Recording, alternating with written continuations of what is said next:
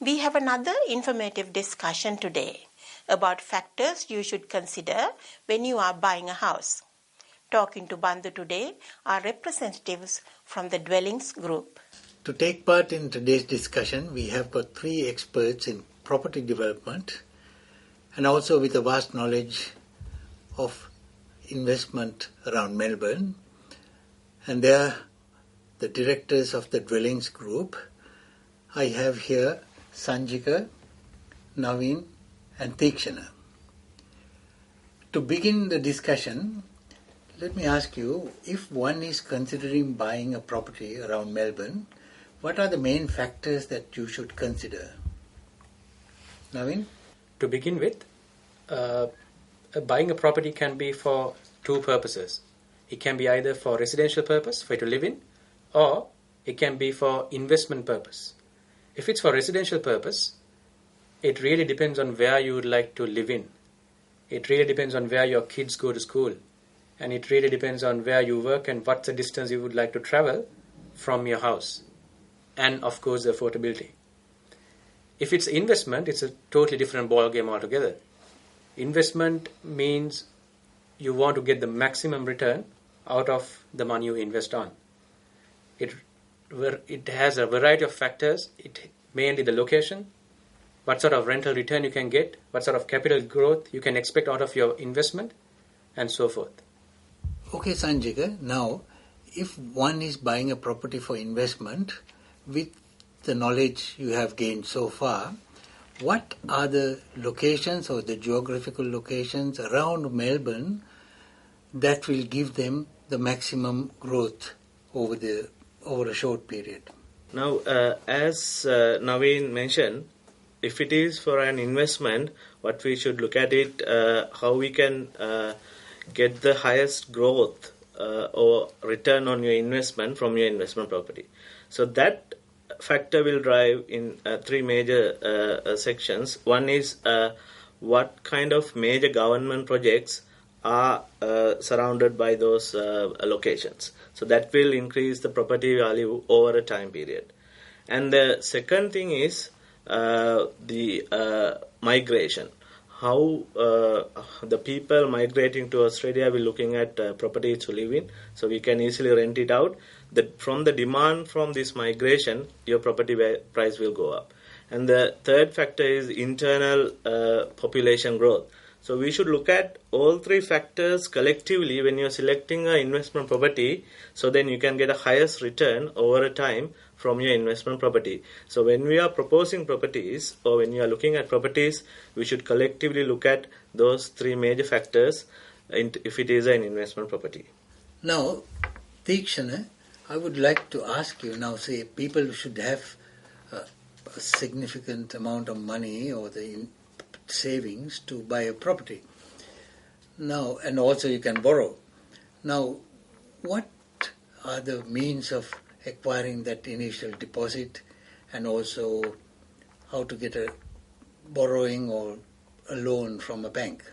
Now, if you are organizing a loan through an Australian bank, there are various factors you need to look at. First one is you have to show them a steady income. You have a stable income. And the other factor is you have to show them a certain amount of deposit. So as a local investor, you can go up to 90 to 95% borrowings, but the remaining 5 to 10% you have to show as a genuine savings. Now, if you don't have the savings, there are various other ways you can source these. First option is if you have your primary property and if you have a certain amount of equity in the primary property, you can use that as a security to buy your second investment property. And the other option is if you have a superannuation fund, if you have a self-managed superannuation fund, you can use the money in the superannuation fund as the deposit. So, once you have these parameters satisfied, then you can actually borrow a certain amount of money from the bank. Now that we have talked about the basic factors, now if, as Tikshana mentioned, you can use your the equity on your primary property to buy an investment property. Now, for a person who wants to buy a house, and if he hasn't got enough funds to buy the property in the area that they want to live in, does it mean that they can buy an investment property and then use that, leverage that to buy your own property where you want to buy at a later stage? Of course you can. So the best example is, let's take a scenario. If I know Glen Waverley, Mount Waverley is a very dominant area in the southeastern suburb, but Right. at the same time it's very expensive to buy in. So if someone wants to live in Glen Waverley, and if someone is renting at the moment, they can keep on renting and buy an investment property in a high growth suburb which is very affordable, something like Cranbourne, Clyde North or Craigieburn for that matter, for about 350 to 400,000, and then keep it for 3 to 4 years, let the equity accumulate and get that equity out and get the property they want in Mount Waverley. They might not have to sell the initial property either. Exactly. Yes, and also while they are having that as an investment property, Right.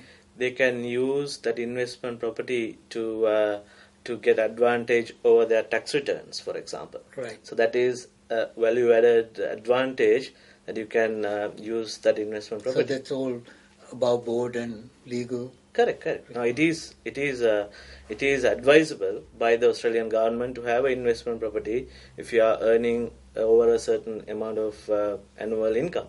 So then it's good for the economy. It generates more properties for people to rent. At the same time, you are benefiting, leveraging the tax.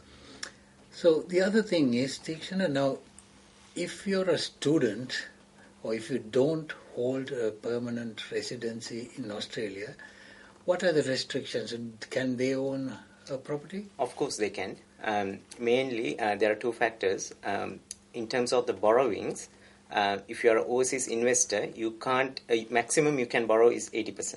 Right. The remaining 20% you have to source. Right. And the other factor is, as a foreign investor, you can't buy established properties. It should be a brand new property or off the plan property. Right. And there's a legal aspect as well. So you have to get a approval from the FIRB, which means Foreign Investor Review Board. And if it is basically a brand new property, without any issue, we can get the approval. So those are the two main factors. So the main thing is that it has to be a brand new property, Yeah. either a house and land package or a new property. Yes, Yeah. or even apartment off the plan. Right. And in terms of the finance, maximum you can borrow is 80%.